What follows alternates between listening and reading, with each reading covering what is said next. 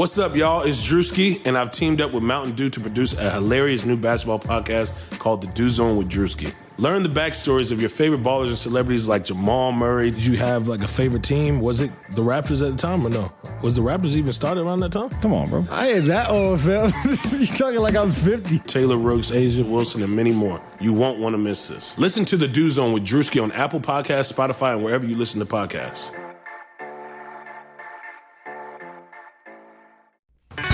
Today on The Timeline, we say goodbye to Jared Dudley, we say hello to Richaun Holmes, and we talk Bandana Booker, Kawhi Leonard, and Kevin Love.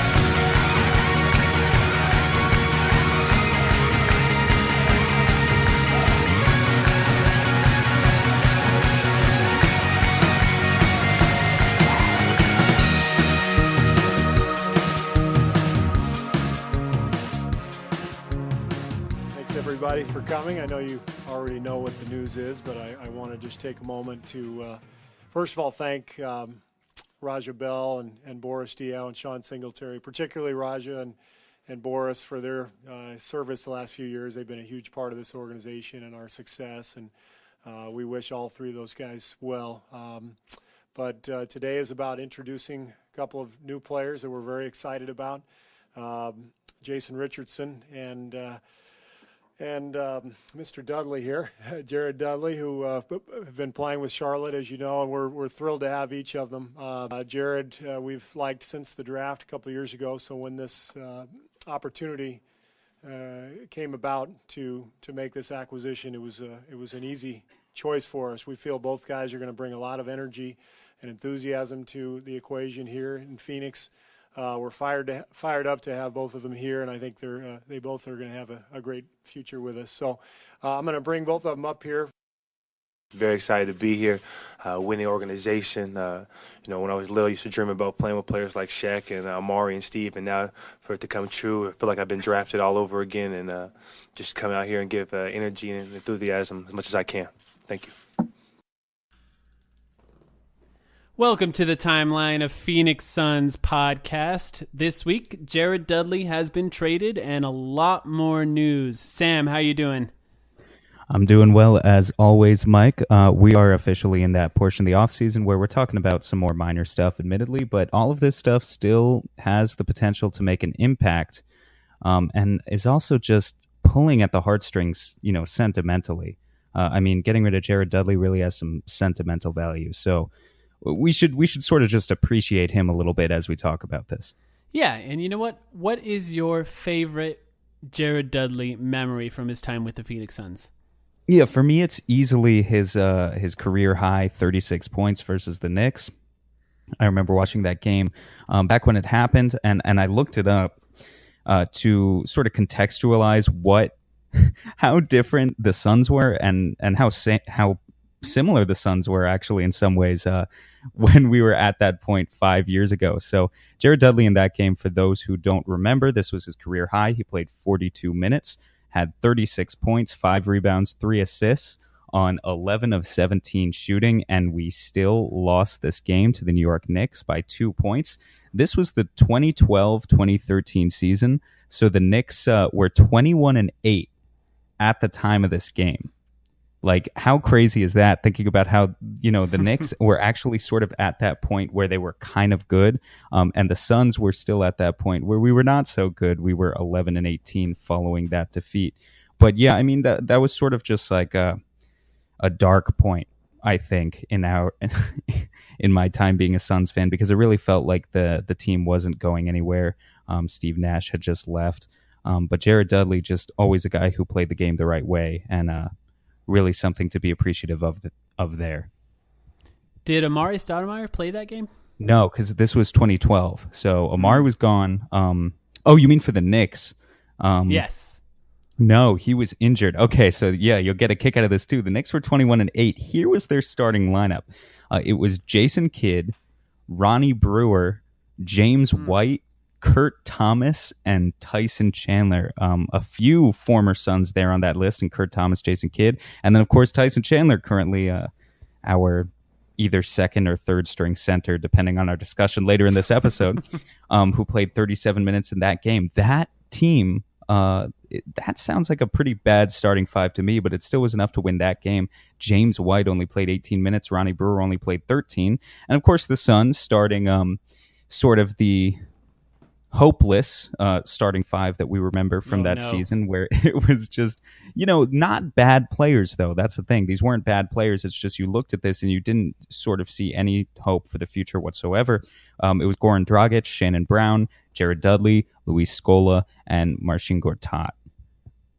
So, yeah. And if you look at the bench in that one, too, Sebastian Telfair got 30 minutes in this game. Michael Beasley played 22 minutes. Jermaine O'Neal played 17 minutes. The youngest guy in this lineup was Markieff Morris, and he played 7 minutes in this game because it was his sophomore season. He was still only playing that much. So just really weird point in our franchise history. But nevertheless, Jared Dudley had some great moments for us, too, in our playoff run in 2010. But that career high game just stands out to me. Always a consummate professional, even when we've been absolute garbage. And that game was in the 2011-2012 season, right? 12-13.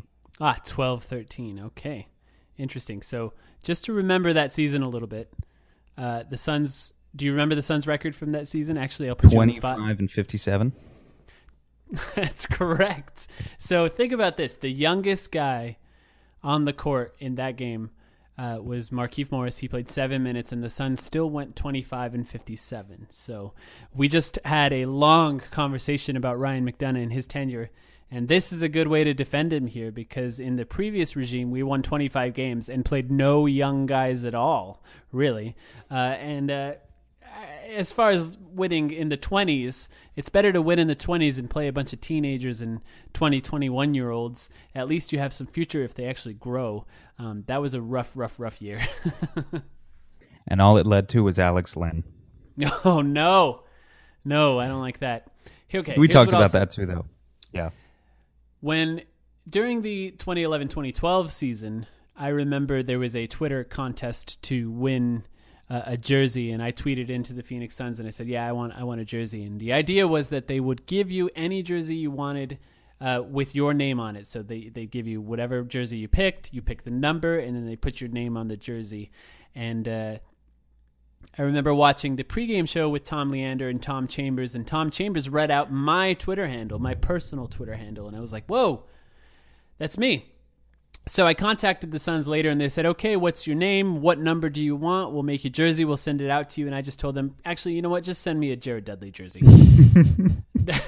And well, okay, I have to ask, what was your jersey inventory at the time? Like, why Dudley? Was it the secret wild card that you hadn't collected yet, or was he actually the jersey that you wanted above all else? Well, I had at the time 2 Steve Nash jerseys, so I don't need another Steve Nash jersey, although I wouldn't have turned it down.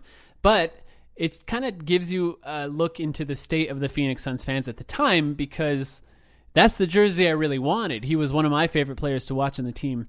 And the thing is about fans is, at a certain point, you want the jersey of a player that's kind of not a star to prove how big of a fan you are. And I think that's the hipster in me was trying to get the Jared Dudley jersey to show off how big of a fan I was at the time. But he was pretty good that season. That was his highest scoring season, I believe. And he played really well. That's when he was on that Steve Nash diet. I don't know if you remember Steve Nash, all about no sugar.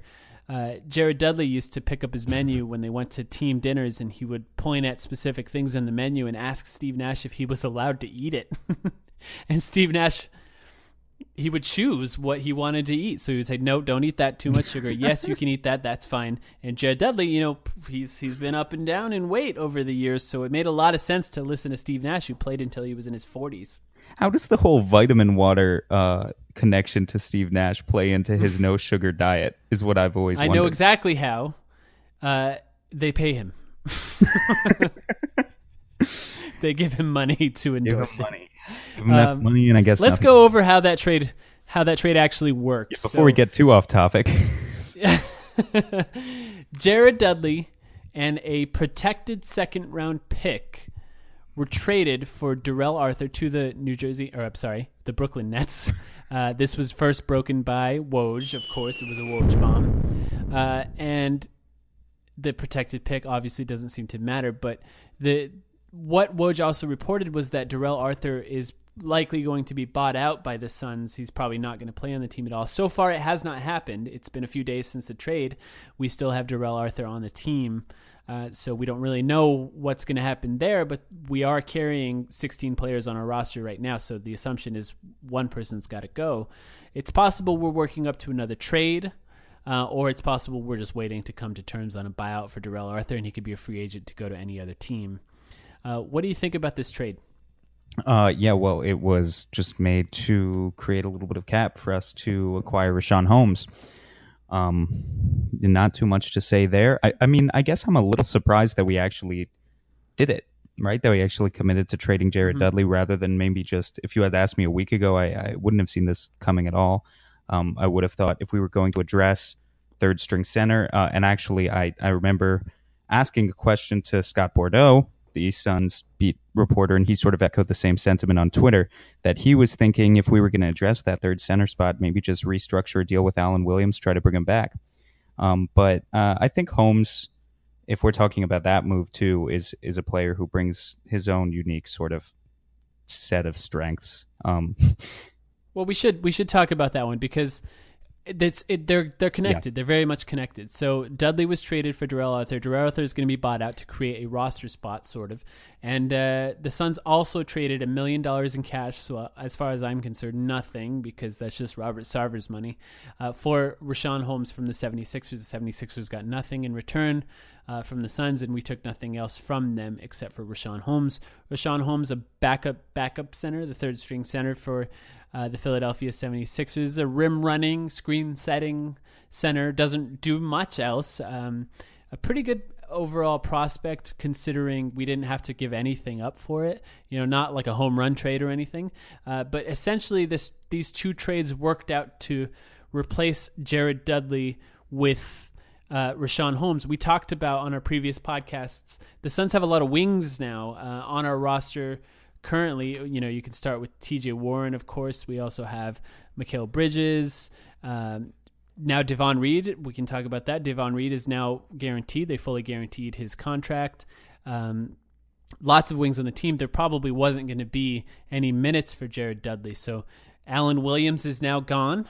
He was a little more expensive, about $4 million more expensive than Richaun Holmes will be next season. So Richaun Holmes is taking his place. How do you feel about Richaun Holmes taking Big Sauce's place? Well, he at least has sort of produced on a playoff team in a way that Alan Williams hasn't. And I really like Alan Williams. I don't know. I mean, they're kind of similar players. So Richaun Holmes last year played 15.5 minutes per game, shot 56% from the field, 6.5 points, 4.5 rebounds, half a block. He has basically the highlight here, the only distinction that I think you can draw between these two players is that Richaun Holmes, as you said, is a rim-running center with off-the-charts athleticism in a way that Alan Williams he doesn't have that. He doesn't have that same foot speed. He doesn't have that same vertical. But at the same time, I mean, it's not like Richaun Holmes is going to come in and be a huge difference maker defensively. From what I've read from some Sixers fans, he has some defensive instinct issues that sort of prevent him from fully utilizing the potential that his athleticism gives him. And at the same time, like he's also not really going to space the floor in any sort of way. He's a 26% 3-point shooter for his career and has actually taken a sort of surprising number of 3-point attempts in his really limited playing time throughout his career. So who knows, maybe there's some potential for him to extend his range a little bit. But for the most part, as you said, I mean, he's just there to fill minutes, right? I mean, Tyson Chandler has played no more than 50 games in either of the Suns' past 2 seasons. It was clear that the Suns needed someone to go in there and be a stopgap option in case DeAndre Ayton can't play all 82 games, and under the assumption that Tyson Chandler wouldn't be able to play all 82 games. And I can tell you, Holmes, who is an actual natural-born center, is going to do a lot better at that position than either Dragan Bender or Marquise Chris would have. So just by virtue of that, evening out the depth chart, it's a win. Here's the thing that bothers me about this trade. I actually like Richaun Holmes as a player. I think he has a lot of potential, and I like low-usage centers. I just like centers who tend to know their role, and he doesn't seem like a guy that's going to eat up a lot of usage rate. But the two guys on the team that were out there carrying the torch for the city of Phoenix more than any two guys on the team were Alan Williams and Jared Dudley. Both of those guys are gone now. Now I know they didn't really produce on the court to justify what they were making. So that's sort of not even a conversation. They just didn't. Alan Williams maybe a little more, but he's been injured, so can't really justify that either. But now we did lose two guys that were out there just kind of really promoting the city, making the young guys feel good about being here. So I'm going to miss both of them. I think Jared Dudley was very fun to watch. He was sort of that last piece on the team that was connected to when the team was good, and now he's gone.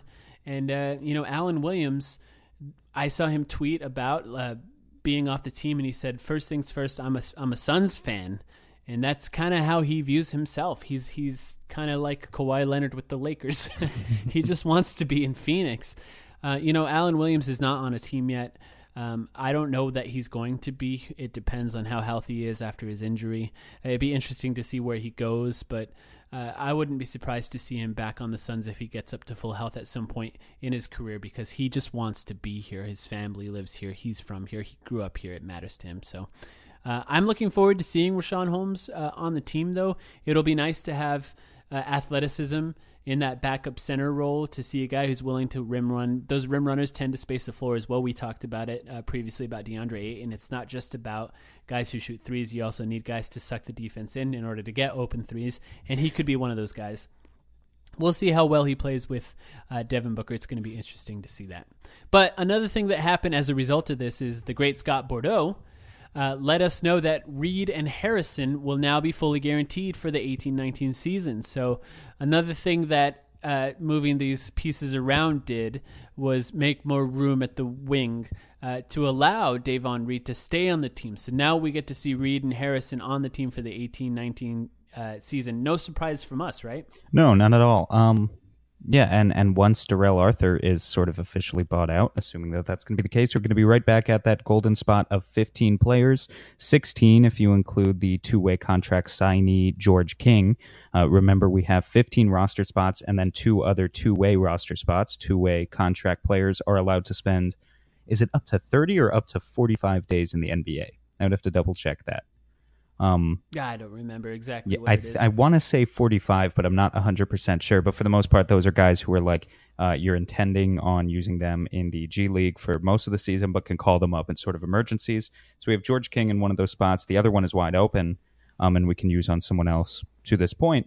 But the normal regular season roster seems like it's mostly set. I mean, I don't know. Do you see any other big deals on the horizon? No, I don't. And for those who don't know exactly how it works, the Suns are allowed to carry 15 active players on their roster. That's more than it used to be 13. It was increased to 15 plus two-way players. Two-way contracts are allowed to be on the team and also simultaneously play on the G League team. Right now, the Suns have 16 players total, so that they have to get rid of one of them. That's why the assumption is it's going to be Darrell Arthur. Let's actually go over a little bit of what it's looking like so far. So let's say our starting lineup is likely going to be, well, first of all, Devin Booker, Brandon Knight, and Trevor Ariza, and you can guarantee DeAndre Ayton to be there as well. And then another player, maybe TJ Warren, possibly Josh Jackson. We're not exactly sure. We also have Tyson Chandler, of course. Tyson Chandler may be the third string center like you were talking about now. It depends on how healthy he is. I imagine he's getting older. And then we also have Dragan Bender, Mikal Bridges, Troy Daniels, Marquise Chris, Elia Kobo, Shaquille Harrison, Davon Reed, and then Richaun Holmes is included in there. So that's the 16, and then we have George King on that two-way contract. So we're going to have to cut one of those players or trade. And then we have the ability of signing another two-way. We can take Alec Peters off of that because Alec Peters has signed a deal to play with CSKA Moscow. So Alec Peters is definitely not going to be one of our two-way players at this point. Congratulations to Alec Peters. I'll never forget him torching the Mavericks. Just to sort of talk about that really quickly, that is not necessarily the end of Alec Peters' NBA career. I mean, it didn't work out for him on the Suns. Remember, just a couple of years ago, we plucked Sonny Weems, who at the time was playing for CSKA Moscow. CSKA Moscow is one of the premier programs in the EuroLeague. You look at other examples of guys who went over, played overseas for years, like a PJ Tucker, who was also a second-round pick. once upon a time and sort of in the same position that Alec Peters was, only for him to come back to the NBA when Phoenix signed him several years later. So Peters probably has to go and work on some things in his game if he wants to reliably get NBA playing time in the future. But he's really young. He still has some potential. Unfortunately, our depth chart just didn't really have room for him, but he could maybe be back one day. I could definitely see him playing in the NBA. He came off a pretty rough injury in college when he first was drafted by the Suns. The type of injury that takes maybe a year to fully come back from. He did okay in Summer League, didn't really do anything super impressive. He can definitely shoot, and shooting is very important in the modern NBA. So we'll see. He's going to go out there. I'm sure he's going to play really well. I'm actually going to look forward to watching highlights of him playing in Moscow. It's interesting to see guys who sort of... The thing is about Alec Peters is the Suns were tanking in the last few years, and he could not get minutes. And if you can't get minutes on a tanking team, you probably don't belong in the NBA. So it's okay that he's going out to Moscow to play in Moscow. But I always wonder, these guys who are on the fringe of NBA rosters, how good are they going to be in that scenario in Moscow? Can he dominate? Probably not, but how effective will he be? So it'll be interesting to see him play there and then see if he ever makes his way back to the NBA. He has I think it's a 2-year contract and it's guaranteed for 1 year. So they do a lot of short contracts for guys that are on the fringe of the NBA in EuroLeague teams because they always have the chance of going back into the NBA and they don't want to tie themselves down for long periods of time. So back to the Suns roster. I just want to say, if anything, the Mavs might just sign him so that they never have to play him again. Yeah, we know he plays well. We know he plays well. I mean, Mark Cuban might be drawing up the contract right now. That was a 36.9 rebound performance or something like that Alec Peters had one of the last games of the season against the Mavs. Yeah, he could be a real building block for the Mavs along with Luka Doncic. Well, I can say this about Mark Cuban. The last time he saw a white guy with back problems who was good at shooting threes, he gave him $100 and some million. True, and it worked out for him. Why not try it again? Yeah, let's try it again. Chandler Parsons, poor guy. I feel bad for him. But let's talk about the Suns roster. So they're carrying 16 players right now. Technically, you can keep up to 20 players during the offseason. You just have to cut it down to 15 by the time the beginning of the season starts. The team tends to pick up players for preseason to try other players out just to see what they're like if they want to pick them up later in the season, assuming someone gets injured. So it's possible they pick up a few more, but this is looking like the roster if you cut Darrell Arthur out. But the thing is, there's a couple ways they can do it. They can pay off Darrell Arthur and allow him to be a free agent, or they can make a move. I don't really see any trades out there right now. I'm not sure that the Suns are actually going to try to make a move, but that is a possibility. There definitely is a possible trade coming down here that, as we know with McDonough, you don't hear a lot about the moves before they happen. So something can happen at any moment. We don't really Here's know. The thing I want to address is right now we could stand pat with our current roster as is. We've got all the roster spots filled, and for the most part, I think we like the players that are on it. Remember when McDonough said that this team was sort of tired of just throwing all these young players out there and really needed some veterans, that he really wanted to focus this offseason on adding veterans to a young team in order to help us take the next step? Yeah, I remember. Well, if you look at this roster, I mean, we added Trevor Ariza, but it's sort of negated by the fact, just in terms of not basketball skill right now, I'm talking about pure veteran leadership, which is an overrated concept. But if we're going to talk about it, we need to talk about it as it is. We added Trevor Ariza. That's sort of negated by the fact that we just got rid of Jared Dudley. We're just as young of a team as we were.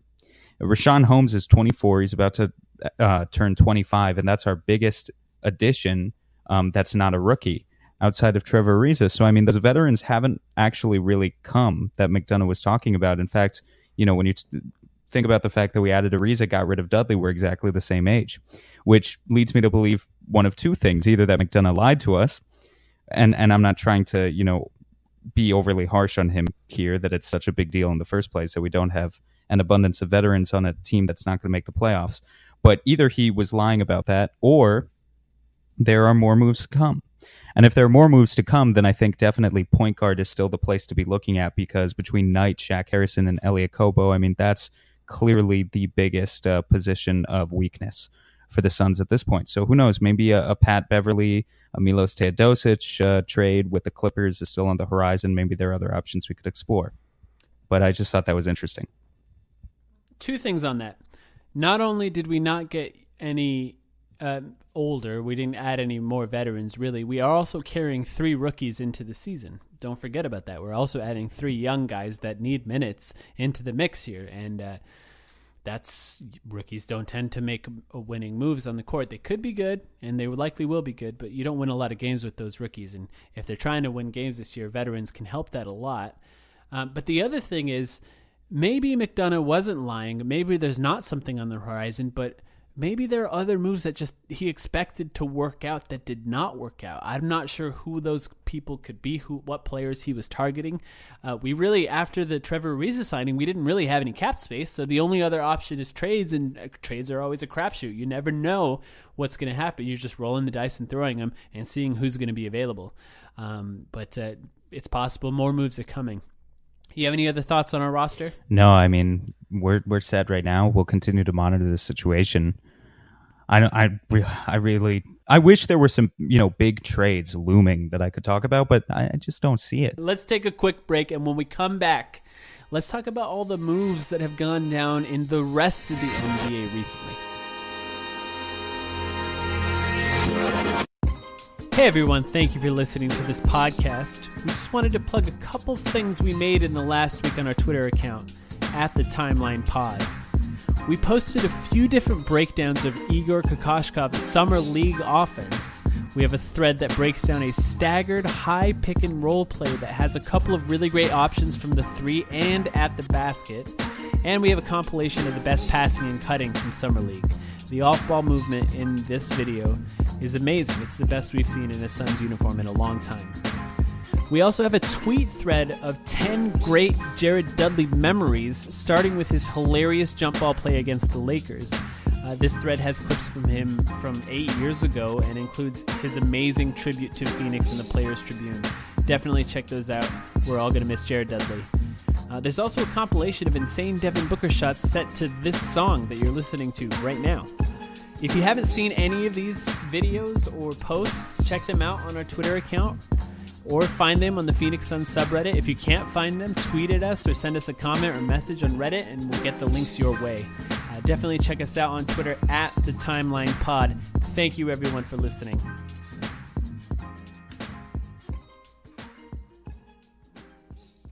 All right, Sam. The Spurs finally made a move. Kawhi and Danny Green were traded to the Toronto Raptors for DeMar DeRozan and Jakob Poeltl. A big thing about this, is Kawhi Leonard the best player traded in our lifetime, maybe? That's actually something interesting that I never thought about. Is he the best player? Yeah. Are we talking about the best player at the time of the trade or develops into the best player? Because, James Harden wasn't much when he was traded, but now he's definitely a more valuable player than Kawhi. Yeah, and Shaq's been traded a few times as well, and Shaq is probably one of the best players traded. Kawhi, though, you could say Kawhi, of course, he didn't play much last season, but Kawhi is likely a top 5 player. Top 10, definitely. You could argue if he's in the top 5 when he's healthy. And to see a player like that move teams, it's unheard of. It just doesn't happen. And to see them leave the Spurs, that definitely doesn't happen. And the fact that Toronto, a couple great things have happened for Toronto. One, LeBron left the East, so you don't have to worry about that juggernaut shooting fadeaways on you in front of the entire country. But they also added Kawhi and Danny Green to a team that's already a pretty good defensive team. This could be the best defense in the East, and they have a legitimate chance of making the finals if Danny Green and Kawhi Leonard are fully healthy and play. I saw Danny Green maybe has a groin injury now that the Spurs maybe didn't catch. But what do you think about Toronto with Kawhi and Danny Green? Potentially good, a little overblown, though. Danny Green is not the same Danny Green he was in the 2014 finals. And the 2013 finals as well. And on top of that, I don't know. It's all about Kawhi's mindset. That's really what this all comes down to. It all comes down to how badly does this guy actually want to play in Toronto in the first place. And this is a huge gamble on the part of the Raptors. I actually really like this trade for San Antonio in terms of, that this was a team that wasn't going to go into full-out tank mode. So I think it's really interesting for them to acquire a legitimate star like DeRozan and attempt to stay competitive, which I think they will under the guidance of Popovich. Frankly, I'm more frightened by the fact that now we have another all-star who's going to be competing with Booker for all-star spots in the West in DeRozan. And I think there's a very good chance that Kawhi migrates back out West and joins the Lakers next year, in which case, we just made the West even stronger once again for the billionth time in the past 20 years. And the East will continue to toil in mediocrity. So I don't know. I mean, Toronto for this one season is going all out. And they have a great opportunity to make the finals and then get thrashed once they get there. But is it the best long-term move for their future? I really couldn't say. Yeah, it's a really interesting trade, and I think the more interesting part... Well, here's the thing. Kawhi Leonard, has anyone done any more damage to their legacy in a single year than Kawhi Leonard? I mean, this was the guy that supposedly was the quiet guy that just showed up with his lunch pail and got to work every single day. And in the past few months, we learned that his uncle is very involved. He's obsessed with the money he's getting from his shoe deal. He wants to play in Los Angeles, and he refuses to even entertain the notion of playing anywhere else. And now he hates the cold. That's another thing that I thought was interesting. Maybe he should play here in Phoenix. But he's going into Toronto, and the Toronto fans aren't even sure how they feel about it. There should be a huge celebration when a player as good as Kawhi Leonard joins your team. Instead, there's this fear that they're getting a player that will leave immediately. It's obviously the parallels to Paul George moving to OKC, or it's there. It's an obvious comparison because that could definitely happen. It's possible he'll stay there. I don't know. It doesn't seem like Kawhi is like that. He's more stubborn than we even imagined. And then Danny Green, you're right. Danny Green is not the same Danny Green, but he's still a good defender, and adding another good defender to that team is good for them, although they don't have to guard LeBron anymore, at least not as often. The other interesting part, though, and the part that is more relevant to a Suns fan, is the Spurs got another star player. And DeMar DeRozan is not... Here's the interesting thing about the Spurs. The 2013 and 2014 Spurs that everyone talked about, which is this beautiful game where they love to move the ball and there's these corner threes and they're passing it around. Well, that was already gone the last two seasons. In the last two seasons, there was a lot of Kawhi Leonard post-ups. There was a lot of Kawhi Leonard isolations. And when Kawhi got hurt, because LaMarcus Aldridge barely even wanted to play on the Spurs anymore, Pop had to relent and give him the ball in the post. And now it's LaMarcus Aldridge post-ups, LaMarcus Aldridge face-ups from 18 feet away, jab step, fade away. And that type of thing does not exist anymore. And the idea of adding DeMar DeRozan to that is hilarious to me, because DeMar DeRozan is the exact opposite. It's the antithesis of the beautiful game. He wants to isolate. He wants to post up. Of course, Toronto got him to do a little bit more playmaking, a little bit more three-point shooting. The hilarious thing about the story about the Toronto Raptors changing their whole game and revamping their whole offense is DeMar didn't change as much as people are pretending he did. He still liked to isolate. He shot more threes, but he didn't shoot better from three. And maybe he did playmake, but not much more than he did in the past. This is still the same DeMar DeRozan that we're used to. Maybe he'll be more motivated by the fact that he was traded and he's mad at Toronto for moving him because he maybe is the best player they ever had. But the idea that they have another guy that wants to post up and shoot fadeaways on their team is hilarious to me. But knowing the Spurs, it's not even DeMar DeRozan. Jakob Poeltl might be an all-NBA player in a few years. Absolutely, and the Spurs still won 47 games last year, where Kawhi only played 9 games. So, it's the type of thing where if the Suns were implementing this system based on DeRozan and Aldridge, we'd be laughed out of the building and we'd probably win 30 games. But the Spurs did it and can do it. And I think they're going to find a way to win 50 to 55 on the backs of these two guys. Not good enough to really be taken seriously as a contender anymore. That portion of Spurs dominance might be over, and they might need to really get lucky in the playoffs, have those guys heat up for a few games if they actually want any sort of chance at getting past the Warriors or the Rockets. But they'll still be in the conversation. They'll find a way like they always do. The funny thing about this is people are sort of speculating that Pop is in his last few years at the most. They're saying maybe 2 more seasons, 3 more seasons. He's old. He's in his late or mid 60s, I believe, 63, 64 years old, I think.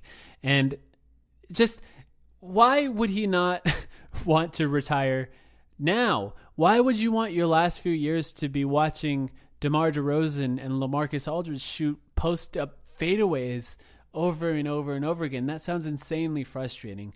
I just think it's hilarious, the way that Spurs fans are so obsessed with this beautiful game, and now they get to watch these guys shoot post-ups. I'm questioning if I should even say this, but to approach it from a bit of a morbid note, Greg Popovich loves the game of basketball.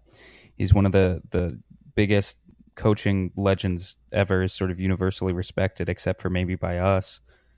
And he just lost his wife last year of like 40 years. So, I think for him, and of course this is all speculation, we can't really say the reason why Pop is choosing to continue after Tony Parker and Manu Ginobili and Tim Duncan are gone, and that that era of Spurs basketball is over. But could just be a thing where he wants to prolong the career, doesn't want to focus on anything else. It helps him keep his mind off things. Yeah, it's going to be interesting to see, and I wonder if Kawhi Leonard is going to actually play on Team USA now. I know he says he will, and of course Pop says nothing bad about Kawhi because Pop is a pro and you're not going to trash a player after he leaves your team. But I do wonder if that's going to happen. But there was another Woj bomb. Kevin Love signed a 4-year, $120 million extension. In the past, Sam and I talked about potential free agent targets for the Suns now that they preserved their 2019 cap space. Kevin Love was one of the ones we talked about. He's a guy who would have been a great fit. Power forward, spreads the floor, saves some room down low for DeAndre Ayton to move around. He's a great rebounder, a good leader. He was won championships. So Kevin Love is off the table. What do you think of that? Well, I don't think he is off the table. Actually, my sort of opinion here is that the Cavs wouldn't have gotten any trade value out of Love if they tried to trade him in this season, and there would have been a very good chance for him to dart in free agency after they win, who knows, 35, 40 games, maybe even less. But by extending him, you have what's sort of a tradable contract on your hands. And I really do think some people are probably laughing at the proposition 4 years, $120 million is a tradable contract. But I really do think it is. The honest truth here is that Love is the type of player where his game does not rely on athleticism heavily. I think if there's any sort of player who can continue to excel in their early 30s and continue to produce at that all-star type level, Love, who's never been an amazing defensive player in the first place, could potentially do that. He could have made as much as $130 million over 4 years on a max contract. He only got $120 million, so I guess technically you could say he's leaving a little bit off the table. And although $30 million a year really seems like a lot, we have to take the inflation into account here, because people always forget that the NBA salary cap is inflating very quickly. I just pulled it up, the current cap projections for where the cap is going to be by 2021-2022, that season when Love is going to be 33 years old and making $30 million. The projected cap is going to be at $120 million for every team. Currently it is at only $100 million. So we'll be at a point where Love, his contract alone will be taking up about a quarter of the Cavs cap space if he's still on the Cavs. When you're talking about these situations, I really think you need to sort of frame it in that perspective. You need to talk about what percent of the cap space is this guy taking up, not the raw amount of money. So if Love is taking up, towards the end of his deal, 25% of the cap, that's equivalent to guys right now in a $100 million cap making $25 million. If you look at the list of guys who are making that much money right now, you'll actually see a surprising number of non-contributors, sort of, or guys who are obviously contributors, but not necessarily the first names that you would think of when you think of that near max or max contract money. I'm talking about guys like Drew Holiday, Otto Porter, Al Horford, even complete busts like Hassan Whiteside and Chandler Parsons are now making $25 million a year. So if Love is sort of still in that same conversation a couple years from now, 2 or 3 years when he's in his early 30s, I don't know. I think that's potentially a tradable contract for the Cavs, and they would get even more value just by extending him if they decide to give up on him a year down the road. It's absolutely a tradable contract, and it's not an overpay. I think a lot of people, their initial reaction was, wow, that's an overpay, $30 million a year. But he's good. First of all, Kevin Love's good. He left money on the table, as you're talking about. And here's the problem, though. If the Suns were able to sign him outright in free agency, it would have cost us nothing. So in a sense, Kevin Love now got more expensive to us, because if we did want Kevin Love, we would have to give up real assets, because Kevin Love is now got 4 extra years on his contract. And if you want to move for him, that means that goes up in price. And the Cavs, we're the right kind of team for them to talk about wanting to move, because if they end up moving Kevin Love, it's because they want to go back to maybe tanking and getting 3 first-round picks in a row at really high rates like they did in the past. I don't know that that's something that the Suns would be interested in doing. I think the price tag might be a little too high for him now with that 4 years on his contract. I don't really see it. Well, if you were going to do it, it needs to wait. Love can't be traded for the next 6 months anyway. Mm-hmm. For the Suns, if they were thinking about doing that, that's a good thing, because we would need to set it up in a way where we orchestrate having all of this cap space for next summer.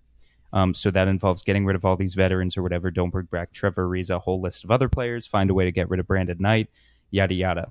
You sign whatever max contract free agent you want in 2019, or near max free agent. I mean, I don't know if that's Kemba Walker, Goran Dragic, Ricky Rubio are all sort of point guard options that we talked about in the past. You get whoever you want there, use up all your cap space then, and only then do you orchestrate the trade with the Cavs to actually get Kevin Love. You can't do it the other way around. If we traded for Love right now, you're locked into a Devin Booker, Kevin Love, DeAndre Ayton trio for better or worse for the next 4 years. Yeah, that's a very good point. It wouldn't be anytime soon, and it shouldn't be. And I don't think that. Well, we'll see how the Cavs season goes. I was going to say I don't think that the Cavs are willing to do that anytime soon either. But who knows? They still have a lot of interesting pieces. They still have Tristan Thompson, J.R. Smith, Colin Sexton was insanely entertaining to watch in Summer League with his bully defense. Who knows what they're going to look like? Obviously, losing LeBron is huge, but the East as a whole lost LeBron as well, so maybe they can still make the playoffs with that team. We don't really know. George Hill's still on that team as well. George Hill, who knows what he's going to look like without LeBron? That whole team's going to be really weird to watch, because they were all built around LeBron's skill sets, and now it's going to take a real coach. Not that Tyronn Lue had nothing to do previously, but he's got a lot more work ahead of him now, because coaching LeBron is kind of easy. He's a coach on the floor. With this team and the way it's built now, he's going to have to try and figure things out in a little more interesting way. Now, another thing happened since the last time we recorded that we have to talk about. TMZ released footage of a elevator fight that included Tyler Ulis and Devin Booker, but I don't know if you can really say it included Devin Booker, because all I saw Devin Booker do was put a bandana around his face to hide his identity. Too bad he's 6'6", and I don't know. It's pretty obvious it's Devin Booker if you know what he looks like. And then Devin Booker sort of walked out of the elevator as everyone charged the people who attacked Tyler Ulis. Devin Booker, the good boy that he is, was approaching the security guard and probably giving them a reason that this fight started in the first place. But let's put a little more context from the beginning. The video starts, Tyler Ulis standing in the elevator, holding the elevator, not allowing other people to get in because he's waiting for his boys. First of all, dick move, man. You got to let people in the elevator. Wait for the next elevator. Let them go down. If you have to wait, wait a little longer, Tyler. I don't know what you're doing. But because Tyler Ulis doesn't look like an NBA athlete, these guys immediately jumped him and started fighting with him in the elevator, which kind of spilled out into the lobby and then poured out into the street. And that's when Devin Booker came down and avoided that. What did you think of that video?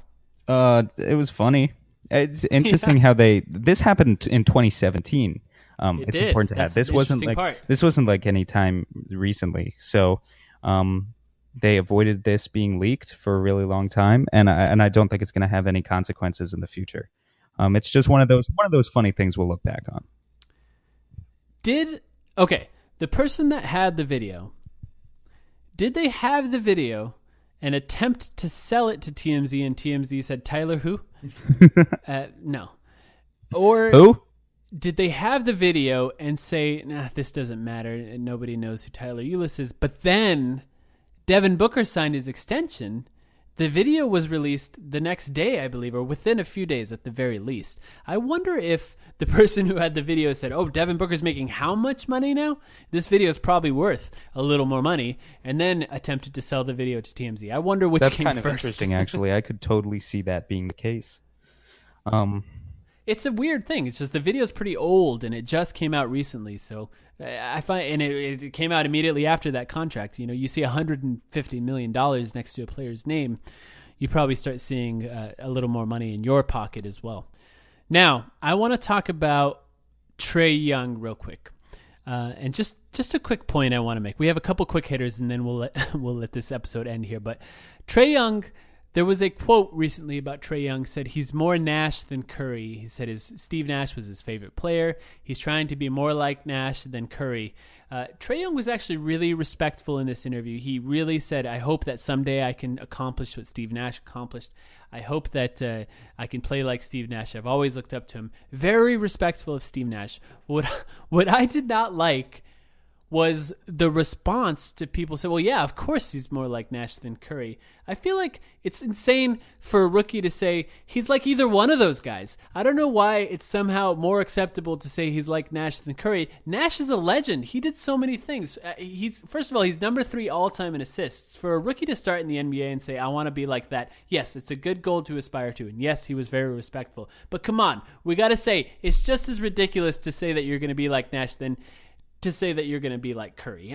I'm sorry. I did not like the fan response to this. Did you see this interview?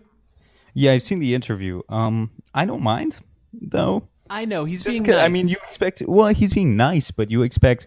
There's this notion in the NBA, right, that we expect players to come in and be confident. We always told Dragan Bender to be confident. I mean, would you have been eating it up if Dragan Bender came into the NBA 2 years ago and said he was like... This is an absurd notion, but that he was like Dirk Nowitzki? Oh my God. I don't know if I would have been eating that up, to be honest. Fans like it when players have confidence, and they might use it against them later. If Trae Young ends up being a bust a few years from now, he's going to hear about it. Remember that time you said you were like Steve Nash? But I think for the most part, there is something to this idea that more confidence helps, and believing that you really have that killer instinct coming into the league, and that you're a competitive enough person where you really want to kill every other player in your draft class. I think that usually helps you succeed. Not always, but usually. All I want to say is, Suns fans, we need to protect Steve Nash's legacy. Well, yeah, here's the thing I want to say about Steve Nash's legacy. As a bit of an aside, I think Nash, part of the fan response that you were talking about comes from people disrespecting Steve Nash. I already see so many people. How did an MVP win, or how did a player win MVP averaging 15.5 points, 11.5 assists? And, you can already see it. You can already see it from people who weren't following basketball when Nash won his MVPs. But if Steve Nash played in today's NBA, he would be averaging 25 points per game. Let's put it right out there on the table. He absolutely would. The game has evolved so much to the point where I think Steph Curry and James Harden, 2 players today, I do think they're better players than Steve Nash ever was. I really do think that. I think they're greater products on the court, but they're completely products of their environment. They are the natural evolution of what Nash started bringing to the table in the mid-2000s, and then they continued to spur that evolution today. Steve Nash never took more than 5 threes per game in a single season in his career. Today, guards like Steph Curry and James Harden are taking 10, 11, even 12 threes per game. Nash would be, if he were playing with Mike D'Antoni today, encouraged to be taking that many threes. That right there, that sheer volume, because you already know he's efficient enough to still be shooting above 40% from that range. He would be averaging at least several more points per game right there, coupled with the fact that the entire NBA is just faster now. When Nash first came back to Phoenix in the mid-2000s, we were still playing tons of teams like the Pistons that were a championship contender at that time, that were known for routinely holding teams into the 70s and 80s, sometimes even the 60s in their final game scores, because they would just grind the pace to a halt and hold the ball for 20, 21, 22 seconds out of each shot clock. That just doesn't happen anymore. And there's so much more spacing on the floor now. The pace is faster. People think about 7 seconds or less offense and think about it as this, insanely fast thing. But the truth is, if you put them on the floor today, there are so many more teams that are doing what they were doing, because of them. It's really, yeah. Let's talk about this, actually. Just fast breaks alone. Just the fast break. So before Steve Nash, a fast break was get to the rim as quickly as possible. After Steve Nash, it's okay to shoot a pull-up three-pointer on a fast break with two guys running on the wings. Now, people think that's normal now. It's normal when Curry does it. In fact, people kind of think of it as the Steph Curry play. But before Steph Curry, that was the Steve Nash play. Players just did not even do that. It was something that happened because a player like Nash existed. And it's exactly like you said. I agree with you. I do think Curry is better, and I do think Harden is better. But I don't think that's a disparaging comment to Nash at all, because they would not be even capable of playing the way they did if they didn't see Nash do that first. And Steph Curry has given him the credit, and of course, James Harden has talked about it since he's playing with Nash's old coach. The way that he revolutionized the game, his efficiency, and everything that he did to sort of create the environment that we live in, of course, along with Mike D'Antoni, I think that it's just a shame that it's sort of okay. Nash and Curry are sort of talked about in the same breath, but Curry is sort of held at this higher pedestal, and it's not that he shouldn't be. It's just that I don't think that Nash is being respected for what he did, and I think that he should be at a higher pedestal than people tend to put him on at this point. It's going to continue to happen.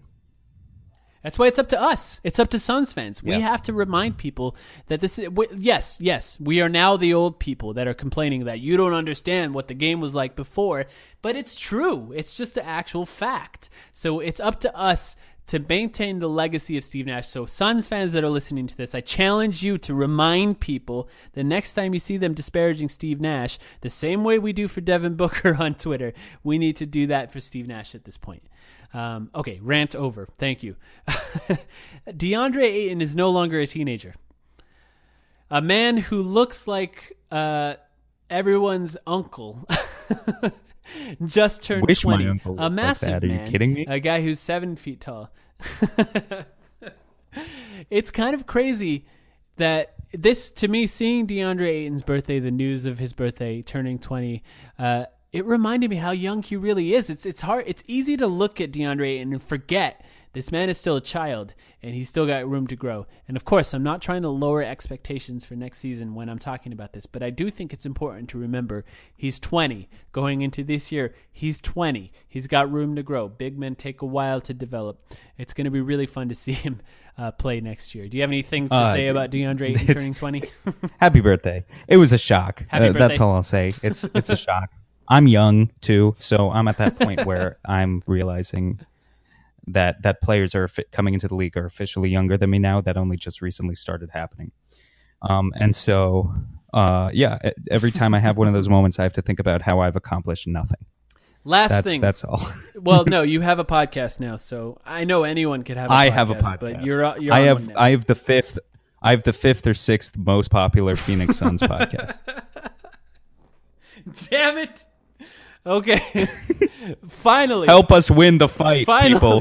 Keep getting our download numbers up. Subscribe, please. Oh, yes. Finally. Last thing. Farewell to the number 5 pick. Alex Len has agreed to a 2-year, $8.5 million deal with the tanking Atlanta Hawks. Congratulations to Alex Len. I'm actually glad he's still in the NBA. I think he's a capable backup center. I'm actually kind of surprised that it took this long to get a deal, and I'm not sure if the entire deal is guaranteed. He's making about what he made, actually a little bit less than what he made in his final season with the Suns, so he's taking a bit of a pay cut to stay in the NBA for the next few years. Yeah, it is pretty sad. Alex Len should sue Bismack Biyombo and Jan Mahinmi for eating up all of team's cap space a couple years ago. Those are centers. Exactly. Those centers were making like $16 million. Timofey Mozgov too. Give back your money. Return it to the masses for the good of balance and order. Of course, I'm kidding. They got theirs, and that's all well and good. But if I were Alex Len, if I were all of these decent players who still are free agents to this point, or any of the players who signed contracts this year where we were like, wow, that guy was really underpaid. Julius Randle is one that comes to mind for me personally. Yeah, it's like you should be mad. You should be mad at Michelle Roberts of the NBA Players Association, the head. You should be mad at the players who run that organization, like Chris Paul and CJ McCollum and LeBron James and some of the presidents and vice presidents of that organization who said no a couple of off seasons ago to this idea of sort of gradually raising the cap rather than dumping it all in one offseason, because we're seeing the consequences of that come down now. There are all these players. Alex Len, if he had just been a little luckier and hit free agency 2 summers ago, would have been making $15 million a year. Instead, he has to fight basically just to stay in the NBA. We didn't even see any rumors about him. He signed about 20 days into free agency for a smaller contract than the qualifying offer that he got the season before. And that's coming off a career best year, where even if you know Alex Len is a flawed player, we know that he did pretty good in the backup role for the Suns. So, there's no reason to cry about a grown man playing a game making over $4 million a year. But if I were Alex Len, I'd be mad. That's all I got to say about that. Are you ready to see Alex Len post a 25-point, 18 rebound game against the Suns this year? I'll be happy for him, honestly. I mean, I think Alex has always been a little disrespected by the Suns fan base. I don't want to see him turn into a star. The East is a joke. He could be an all-star if he averages like 13 and 11. I'm serious. Alex Len averages, all right, maybe not 13 and 11. He ups his game one season to 15 and 10 and 2 blocks a game, all-star caliber in the Eastern Conference. Yeah, now I don't know about that, but I will say he has to go against the legend of Dwight Howard. Yeah, Dwight Howard. You know what? That's all we got for today. Thank you for listening. Don't forget to follow us on Twitter. Don't forget to check out our Reddit posts. We have a lot of interesting things going on our Twitter account. Please check us out there. And thank you for listening.